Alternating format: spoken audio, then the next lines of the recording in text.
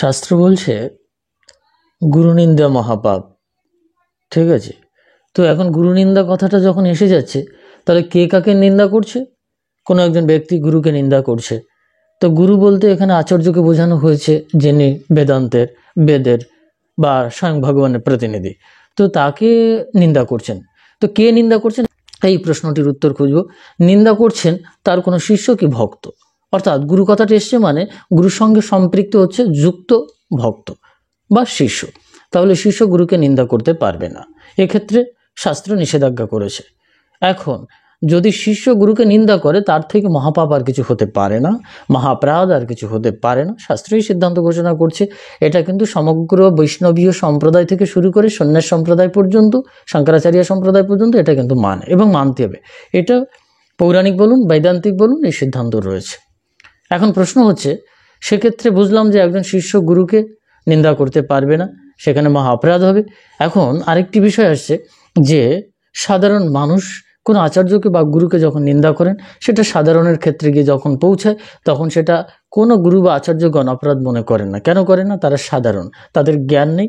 সেই জন্য অজ্ঞানতার ভেতর থেকে যখন এটা ঘটছে, তখন আচার্যগণ তাদেরকে ক্ষমা করে দেন। যেমন এই সম্প্রতিকাল মানে আজকাল এরকম কিছু একটা হবে, আমাকে জানাচ্ছিল যে আমার কোনো একটা ভিডিওতে মানে আমার লেকচার শুনে কোথাও একটা কমেন্ট বক্সে কোনো একজন কমেন্ট করেছেন, দুই একটা লেকচার দেখেছি, সেখানে বোধহয় তিনি লম্ফট নাকি বলেছিলেন আমাকে আর কি।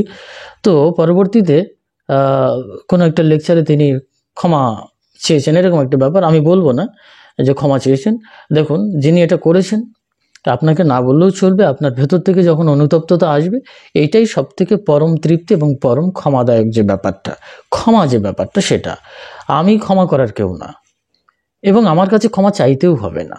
বিষয়বস্তুটা হচ্ছে আপনার বিবেকের কাছ থেকে আপনার এই অনুশোচনা যদি আসে, তখনই আপনি মুক্ত হয়ে যান। এই যে পরবর্তী কোনো একটা লেকচার শুনেছেন গুরুবাদের উপরে সম্ভবত আমার, তো সেটা রাজনৈতিক প্রেক্ষাপটেই আলোচিত হয়েছে, কিন্তু গুরুবাদের উপরে প্রতিষ্ঠিত, তা তিনি শ্রবণ করেছেন এবং তখন তার আত্মমর্যাদা জাগ্রত হয়েছে। এই হচ্ছে প্রকৃত রাম পুরুষোত্তম, মর্যাদা পুরুষোত্তম অবস্থা জাগ্রত হওয়া। বুঝতে পারছেন? ওই যে একটি ভক্তর ভেতরে যিনি আমাকে লম্ফট বলেছিলেন কোনো একটা লেকচার শুনে, সেই লেকচারে কোনো ত্রুটি ছিল না, আই থিঙ্ক সো না। এটা কাল্টিভেশন করলে বা কেউ যদি এটাকে সমালোচনা করে সামনাসামনি, তাহলে সে ভুল ধরতে পারবে না, আমি সঠিকভাবে বুঝিয়ে দিতে পারবো।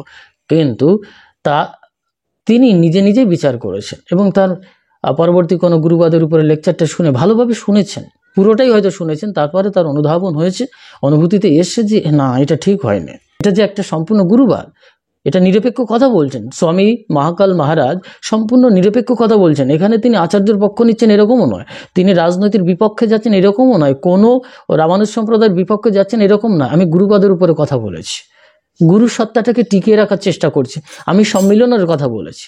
সেই জন্য উনি সাধারণ ব্যক্তি।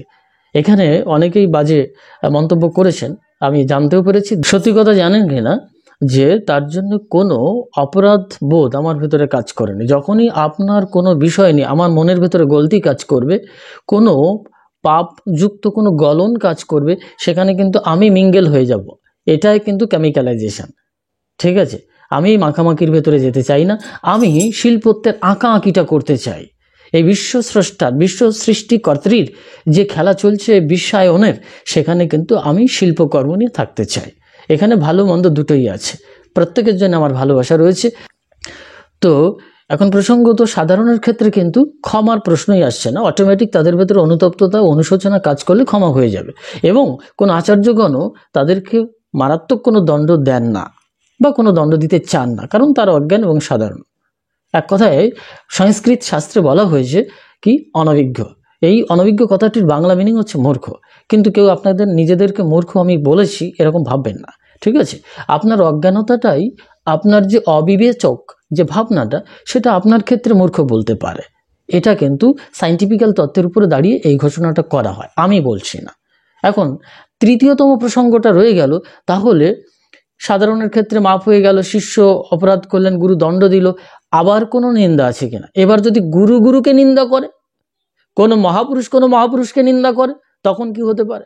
দেখুন, সত্যি কথা বলতে এরকম একটা টপিক এসেছে, টপিকটা শুনলে বুঝতে পারবেন। ভারতবর্ষের যে রাজনৈতিক প্রেক্ষাপটে তথা বর্তমান যে রাম মন্দির প্রতিষ্ঠাকে কেন্দ্রায়িত করে যে ধরনের রাজনৈতিক সামাজিক যে আন্দোলন, আলোড়ন এবং আনন্দঘন মুহূর্ত এটা প্রবাহিত হচ্ছে, সেখানে কিন্তু ভালো এবং মন্দ দুটোর সমন্বয় চলছে, বেশ খানিকটা সমান্তরালে চলছে বলা যায়, কম বেশি মাত্রায়। তো সেখানে যারা রামবাদী প্রতিষ্ঠিত চিন্তাশক্তি নিয়ে আছেন, তাদের ভেতর থেকে রাজনৈতিক প্রেক্ষাপট থেকে খানিকটা বলছেন যে কেন্দ্রীয় সরকারের পক্ষপাতিত্ব করছে, সেখানে অনেক আচার্যগণ এসেছেন। না, তারা রাজনৈতিকভাবে আসেননি, আমি তাদেরকে এইভাবে নেমপ্লেটটা দিতে পারবো না। দেখুন, সত্যি কথা বলতে, যারা রামানুজ সম্প্রদায়ের ভেতরে আছেন, কয়েকজন আচার্য আছেন, বিশেষ করে রামভদ্রাচার্যের কথা বলছি, তার একটা ছোট্ট শর্ট লেকচারে আমি ভিডিও ক্লিপে দেখেছিলাম। হ্যাঁ, টিভি মিডিয়াতে ইন্টারভিউ নিচ্ছেন, তো একজন সাংবাদিক তাকে প্রশ্ন করছেন যে শঙ্করাচার্য সম্পর্কে, হ্যাঁ, শঙ্করাচার্য সম্পর্কে প্রশ্ন করছেন যে এরকম এরকম বললেন, এটা কি হবে, তিথি নক্ষত্র, উনি মুহূর্তের কথা বলছেন। তো সেখানে বলতে গিয়ে তিনি বলছেন, একদম ডিরেক্ট ভাষাটা প্রয়োগ করেছেন এইভাবে, মূর্খ, এবং এটাও বলেছেন, চ্যালেঞ্জ করছে যে শঙ্করাচার্য যে চারি পীঠাধীশ আছে, তাদের ভেতরে এমন কেউ বর্তমান সেই স্থিতিতে নেই যে আমার সামনে 5 মিনিট দাঁড়াতে পারে বা সংস্কৃতে কথা বলতে পারে, যাই হোক এরকম একটা কিছু বলেছেন। ঠিক আছে, তাহলে তিনি সরাসরি চ্যালেঞ্জ করলেন। আচ্ছা, কোনো আচার্যকে চ্যালেঞ্জ করতে পারে, কিন্তু সেটা আচার্যের সম্মুখে, কারণ শঙ্করাচার্য কিন্তু চ্যালেঞ্জ করেছিলেন। চ্যালেঞ্জ মানে তর্ক এবং বিতর্ক, দর্শন তত্ত্বের উপরে কাল্টিভেশন, অর্থাৎ সংস্কৃত যে তর্ক বিতর্কটা যেটা বলা হয়, সংস্কৃতির বৈদান্তিক তত্ত্বের শাস্ত্রীয় দর্শনের উপরে কিন্তু পর্যালোচনা তথা বিতর্ক সভা হতে পারে, সেটা আলাদা প্রেক্ষাপট। কিন্তু ডিরেক্ট এইভাবে বলা যেতে পারে না, কোনো আচার্যকে মূর্খ বলতে পারে না। তাহলে এখানে আমরা দেখছি একজন আচার্য, একজন গুরু আরেকজন গুরুকে অপমান করছে। এই বিষয় নিয়ে আমি বৃহদ্ধর্ম পুরাণের একটা বিশেষ শ্লোক বলবো, তারপরে ব্যাখ্যাটায় যাচ্ছি। শ্লোকটা কি বলছে? গুরুতন্ত্রম দেবতাংশ ভেদ ইয়ন নরকং ব্রজেত। দ্বিতীয় লাইনটা আছে, গঙ্গা দুর্গা হারি ঈশানম ভেদ কৃন্নারকি তথা।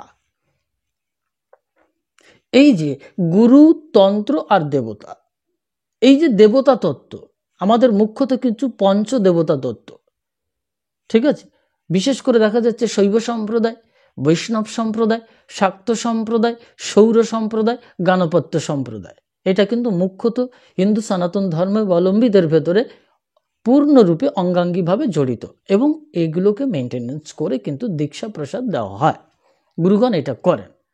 তো সেখানে আমরা আপাতত গুরু, তন্ত্র, দেবতা, এই যে আমরা গুরুর কথা বলবো, যদি কেউ গুরু এবং তন্ত্রশাস্ত্র, যেটাকে আগম বলে বা নিগম, এই দুটোকে আমরা ধরতে পারি। এখানে তন্ত্রম বিষ্ণুতন্ত্র, বৈষ্ণবতন্ত্র, শৈবতন্ত্র, শাক্ত আগম বলছে না, অর্থাৎ তন্ত্র, যেমন ইকোসিস্টেম, বাস্তুতন্ত্র, অর্থাৎ এই যে আমাদের বাস্তুশাস্ত্র আছে, এটাও কিন্তু তন্ত্রের ভেতরে পড়ে।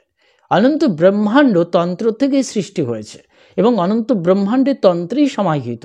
অনন্ত ব্রহ্মাণ্ডে যেখানে গিয়ে মিশ্রিত হবে, সম্মিলিত হবে, সেটাও কিন্তু তন্ত্রে গিয়ে। তন্ত্রের যে সর্বোৎকৃষ্ট ব্যাখ্যা আছে, যারা তান্ত্রিক আচার্যগণ আছেন তারা জানেন। এই জন্য শৈব আগম বা শাক্ত আগম বা বৈষ্ণব আগম যদি কমপ্লিট কেউ জানে, তাহলে জানতে পারবে। তো যাই হোক, সে বিষয়ে আমরা যাচ্ছি না, এখানে আমরা বলছি সেটা হচ্ছে যে এবার দেবতার কথা বলছি। এই যে দেবতার সঙ্গে আমার ইষ্ট দেবতা এক, আপনার ইষ্ট দেবতা আর এক, আপনার ইষ্ট দেবতা বিষ্ণু, আমার ইষ্ট দেবতা শিব।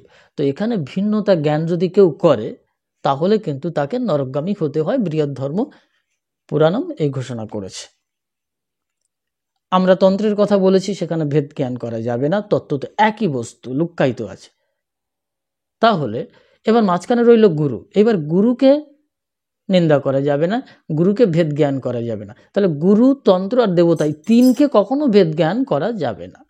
এবার প্রশ্ন আসছে, গুরুর ভেতরে যখন দ্বৈততা আসবে, গুরুকে নিন্দা করবে, তখন কি আসবে? দেখুন, সত্যিকার অর্থে যিনি গুরুবাদে প্রতিষ্ঠিত এবং উৎকৃষ্ট গুরুত্ব লাভ করেছেন, অর্থাৎ আচার্য হয়েছেন। দেখুন, প্রথমে আমি বলে নিচ্ছি, আই এম নট গুরু, ঠিক আছে, আমি গুরুগিরি করি না, সহজ কথা। অনেকে আমার কাছে দীক্ষা প্রসাদের জন্য কমেন্ট করছেন, সরাসরি প্রপোজ করছেন, অফার করছেন, এবং হাজারো মানুষের সামনে প্রোগ্রাম করেছি, হাজারো তারা এক নাগাড়ে 1 গ্রাম শুদ্ধ মানুষ পায়ে এসে পড়েছে দীক্ষা নেওয়ার জন্য। এরকম গুরু মহারাজের কৃপা থেকে এটা হয়েছে, কিন্তু আমি কখনোই কর্ণপাত করিনি। কারণ এখানে আচার্য হতে গেলে স্বয়ং ডিরেক্ট ভগবানের কাছ থেকে প্রতিনিধিত্ব লাভ করতে হয়। আমাদের পারম্পরিক সিস্টেম সম্পূর্ণ আলাদা। আমি ইচ্ছা করলে গুরুগিরি করতে পারি না। অবশ্য গুরু মহারাজের অনেক সুপ্রিয়রিটি, অনেক শক্তি শিষ্যের ভেতরে ইম্পার্ট করেন, গুরু কৃপা বলে সেগুলো করে রেখেছেন। কিন্তু আমি গুরু নই, গুরুগিরি করতেও পারবো না। পারমিশন দিলেও আমি চাই না গুরুগিরি করতে, কারণ আচার্য পদ কোটি কোটি জন্মের ফলে সাধনা করে এসে কেউ একজন গুরু বাদে প্রতিষ্ঠিত হন, কেউ একজন গুরুতে প্রতিষ্ঠিত হন এবং গুরু হন। যেমন স্বামী নিগমানন্দের কথা বলছি, একজন শিষ্য বা ভক্তরা এসে বলছেন যে আপনি তো সব কিছু জানেন, সব কিছু পারেন, সব কিছু ক্ষমতার অধিকারী, আপনি তো স্বয়ং অবতার, আপনি তো স্বয়ং ভগবানের অবতার। এ কথা শুনে স্বামী নিগমানন্দ তাকে মারতে গিয়েছিলেন, বলেছিল ফের যদি তোমরা এই কথাটা বলো তাহলে ডান্ডা পিটা করবো। কেন? বলছে আমি কোনো অবতার ফবতার কিচ্ছু নয়, অবতার যাবতার, হ্যাঁ, মরণ অবতার এসব কিচ্ছু না, কি জীবন অবতার, কি বিষ্ণুর অবতার, এসব কিচ্ছু নয়। আমি হচ্ছি কোটি কোটি জন্ম ধরে তপস্যার দ্বারা, সাধনার দ্বারা এই জন্মে এসে গুরুতে পরিণত হয়েছে। আমি গুরুত্ব পেয়েছি, আমি গুরু হয়েছি কোটি কোটি জন্মে সাধনা করে। এবার ভাবতেই পারছেন একজন আচার্য এবং পরমহংস লেভেলের গুরু হতে গেলে, আচার্য হতে গেলে কত বড় সাধনার প্রয়োজন। সাম্প্রদায়িকতা কখনো গুরুবাদে প্রতিষ্ঠিত হতে পারে না। এই জন্য শঙ্করাচার্য হতে গেলে, ঠিক আছে, এখানে কিন্তু একটু পরিশ্রমের ব্যাপার আছে, অনেক উপরের ব্যাপার আছে। তো যখন কেউ সত্যিকারের অর্থে এই গুরুবাদে প্রতিষ্ঠিত হন, তখন একজন আচার্যকে মূর্খ বলতে পারেন না। সেই যদি কোনো আচার্যকে মূর্খ বলছেন, ধরলাম কোনো আচার্য সেই আচার্যের থেকে ছোট, সে সিদ্ধত্ব লাভ করেনি। ধরলাম শঙ্করাচার্য সিদ্ধত্ব লাভ করেনি, ভদ্রাচার্যজি তিনি আছেন, তিনি সিদ্ধত্ব লাভ করেছেন, তিনি 22-25টা ভাষা জানেন, মানে 20-22টা 18-20টা ভাষা জানেন, মানে ইন্ডিয়ান ভাষা। তো যাই হোক, 2-4টে ভাষা লিখতেও পারেন। উনি বেদান্তও চর্চা করেছেন, পড়াশুনো করেছেন, উনি নিজেও বলেন যে ওনার বেদ কণ্ঠস্থ। যাই হোক, এটা পরীক্ষা নিরীক্ষা হয়েছে কিনা আমি জানি না, ঠিক আছে।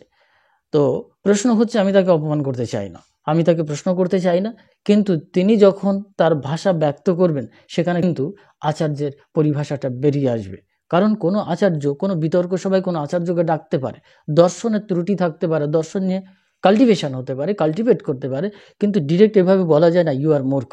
এটা সাধারণের পরিভাষা হতে পারে, কিন্তু এই কথাটা নিয়েও আমি কিন্তু তাকে সমালোচনা করতে চাই না। আমি এটা বলতে চাই যে যখন কোনো আচার্য এই ভাষা ব্যক্ত করছেন, কোনো মিত্র আচার্য সতীর্থ হয়, কোনো গুরুভ্রাতাগণ সতীর্থ হয়, এক তীর্থ রূপে, এই জন্য সতীর্থ।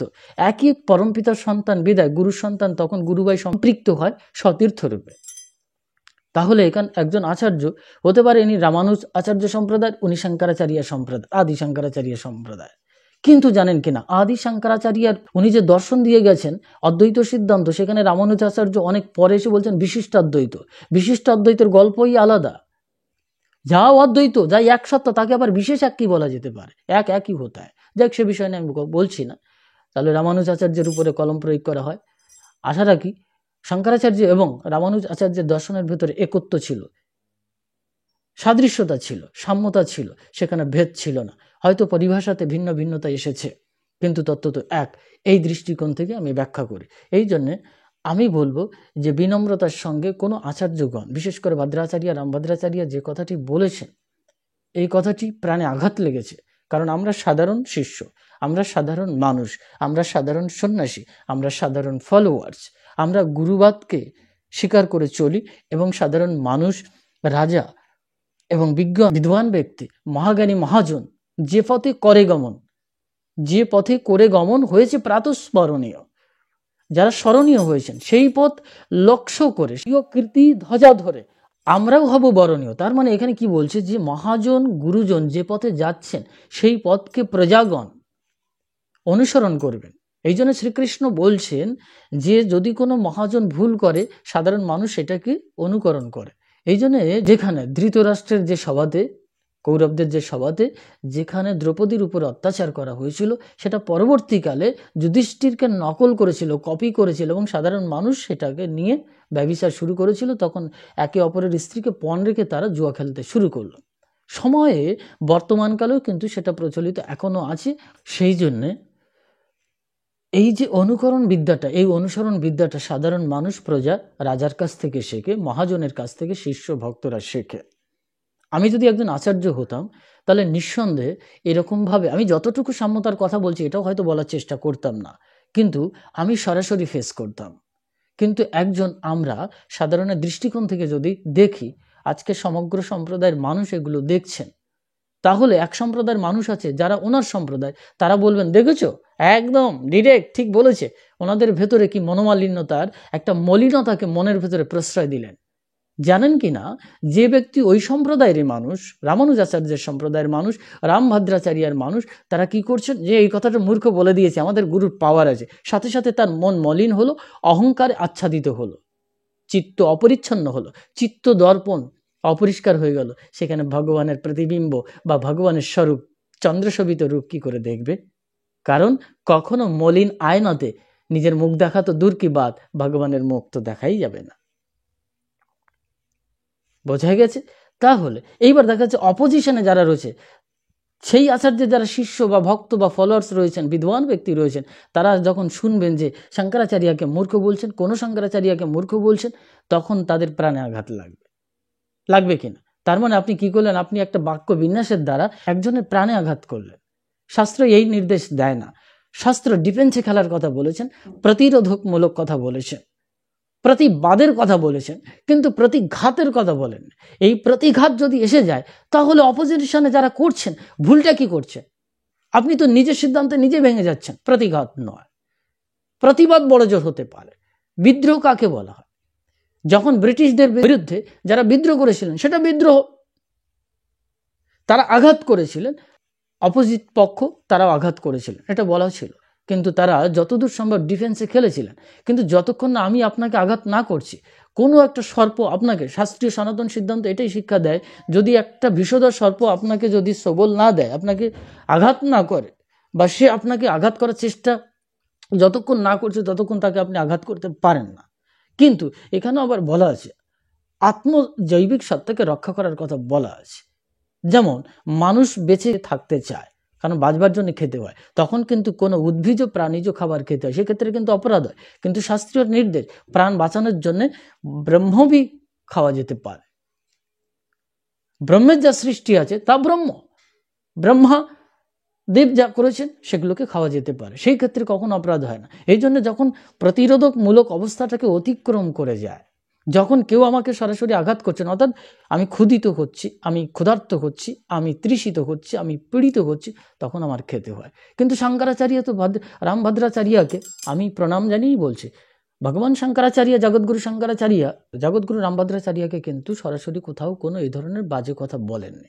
যতক্ষণ, এখন কি বলছেন আমি জানি না, কিন্তু এই কথাটি যখন আমি শুনেছি, তার পূর্বে শঙ্করাচার্য এই ধরনের কোনো মন্তব্য করেননি। কোনো মন্তব্য যদি করে থাকে, তাহলে রাজাকে নিয়ে মন্তব্য করেছেন, দেশের সভ্যতাকে নিয়ে মন্তব্য করেছেন, সনাতন নৈতিক সিদ্ধান্তকে নিয়ে মন্তব্য করেছেন, কিন্তু ডিরেক্ট তো রামভদ্রাচার্যকে কোনো আঘাত করেননি। যে রামভদ্রাচার্য একটা মূর্খের আসনে বসে আছেন, উনি পরিচালনা করছেন নরেন্দ্র মোদী সরকারকে, এটা বলেন। দেখুন, আমাদের কাছে, আমাদের দৃষ্টিকোণ থেকে উনি রামানুজ হন, উনি শঙ্করাচার্য হন, এটা আমাদের কাছে বিবেচ্য বিষয় না। বিবেচ্য বিষয় হচ্ছে তিনি একজন আচার্য, তিনি যথেষ্ট জ্ঞানী ব্যক্তি, শঙ্করাচার্য যথেষ্ট বিদ্বান ব্যক্তি, জ্ঞানী ব্যক্তি। আমরা এখানে বিচার করতে পারবো না যতক্ষণ আমরা আচার্য প্রতিষ্ঠিত না হচ্ছে। কিন্তু এই যে শব্দগুলো এসেছে, সাধারণ দৃষ্টিকোণ থেকে শুনতে খানিকটা অশ্রাব্য মনে হচ্ছে। এটা অশ্রাব্য গালিগালাজ। আমি যদি এখনই একটা স বা বাংলা পরিভাষাতে, হিন্দি পরিভাষাতে চ, এই সমস্ত দিয়ে যদি আমি এম, ম এইসব শব্দ প্রয়োগ করি, তাহলে সবাই বলবেন এনার উনি সন্ন্যাসীর বেশ ধরে আছেন, ইনি একজন মায়াবাদী, অসভ্য, বাজে কথা বলেন। কিন্তু যখন কেউ সভ্য পরিভাষাতে, যখন আমরা কেউ কাউকে মূর্খ বলি, অনভিজ্ঞ বলি, তখন সে শব্দটা শুনতে মনে হয় সংস্কৃত বা এরকম একটা স্বাভাবিক ভাষা। কিন্তু জানেন কি, সংস্কৃত পরিভাষা অনভিজ্ঞ বা মূর্খ এই শব্দটি কিন্তু একটা অফসিন ল্যাঙ্গুয়েজ, মানে যেটাকে খিস্তি বলা হয়। সেই জন্য বলবো এটা অশ্রাব্য গালিগালাজের মতো। আর চ্যালেঞ্জ, এই শব্দটি কোনো মহাত্মার উদ্দেশ্যে প্রয়োগ করতে পারেন না। কারণ যিনি সর্বজ্ঞ, তিনি জানেন, যদি তিনি সর্বজ্ঞ হন, আমি যদি সর্বজ্ঞ হই, তাহলে তো আমি জেনেই গেলাম যে কে মূর্খ আর কে মূর্খ নয়। চ্যালেঞ্জ করবার প্রশ্নটা আসছে কোত্থেকে? মানুষকে দেখানোর জন্য নিশ্চিত আসছে। তাহলে লোককে দেখাতে হবে, লোককে দেখিয়ে চ্যালেঞ্জ করতে হবে, লোককে দেখিয়ে চ্যালেঞ্জ করতে হবে না। এখানে শঙ্করাচার্য যেটা করেছিলেন, ভারতবর্ষের বৈদিক সিদ্ধান্ত, হিন্দু সনাতন ধর্মের যে প্রতিষ্ঠিত যে সত্তা এবং সম্পূর্ণ বেদ, কর্মকাণ্ড, জ্ঞানকাণ্ড সবকিছু কিন্তু একদম রসাতলে চলে গেছিল। বৌদ্ধ ধর্মের যে অপসংস্কৃতি, মানে আমি বুদ্ধদেবের দর্শনের কথা বলছি না, বুদ্ধের পরবর্তীকালে যে অপসংস্কৃতি এসেছিল, যে ভোগবাদী তন্ত্র মার্গ এসে প্রবেশ করেছিল, তারাই কিন্তু সমগ্র ভারতবর্ষ থেকে বেদ বিধান আচার অনুষ্ঠান সবকিছু উঠিয়ে দিয়ে সমগ্র নারী ভোগ থেকে শুরু করে ব্যভিচারে এই সমগ্র ভারতবর্ষ তলিয়ে গেছিল। এবং বেদ বেদান্ত বলে তো কিছুই ছিল না, উপনিষদ কিছুই ছিল না, এরকম কিছুই ছিল না। একমাত্র শঙ্করাচার্য এসে সব উদ্ঘাটন করলেন, সবকিছু আবিষ্কার করলেন এবং এগুলোর উত্থান ঘটিয়ে দিয়ে সেখানে সনাতন ধর্মের, বৈদিক হিন্দু সনাতন ধর্মের পুনঃপ্রতিস্থাপন করলেন, পুনঃপ্রতিষ্ঠা করলেন বৈদিক সিদ্ধান্তের। এই যে অবদান, সেখানে গিয়ে যে সমস্ত কর্মকাণ্ড ছিলেন এবং যে সন্ন্যাস মার্গে, রামভদ্রাচার্য সন্ন্যাস মার্গে রয়েছেন, এই সন্ন্যাস মার্গের পূর্ণ আন্দোলনকারী যে প্রকৃষ্ট রূপে যে প্রণেতা নেতা, তিনি কিন্তু শঙ্করাচার্য। যেমন মণ্ডন মিশ্রকে, তিনি ছিলেন এই সাংসারিক কর্মকাণ্ডের উপরে কিন্তু সম্পৃক্ত এবং অত্যন্ত কঠিন দর্শনে তিনি কিন্তু বিজ্ঞ ছিলেন, তাকে পরাজিত করা অসম্ভব ছিল। সেখানে পর্যন্ত পরাজিত করেছিলেন যে সন্ন্যাসবাদকে প্রতিষ্ঠা করতে হবে, কারণ সমাজে সন্ন্যাসের প্রয়োজন আছে। এই জন্য রামানুজাচার্য বা শঙ্করাচার্য সম্প্রদায়ের ভিতরে যে সন্ন্যাসবাদ এসেছে, এর মূলে আমি বলবো যে শঙ্করাচার্যের, আদি শঙ্করাচার্য, ভগবান শঙ্কর অবতার শঙ্করাচার্যের পূর্ণ অবদান। সেই পরম্পরাতে যিনি শঙ্করাচার্য এসেছেন, অবশ্যই তার প্রতি আমাদের বিনম্রতা থাকবে, শ্রদ্ধা থাকবে এবং ভালোবাসা এবং প্রেমাঞ্জলি থাকবে। কোথাও যেন এই ধরনের অশ্রাব্য গালিগালাজ যেন আমাদের দ্বারা পরিবেশিত না হয়, সেদিকে খেয়াল রাখতে হবে। এছাড়া আর কিছুই নয়, ঠিক আছে? আর বাকিটা সময় আনে পর কালচক্র তো বিচার করবে, সেটা আমরা সবাই দেখতে পাবো।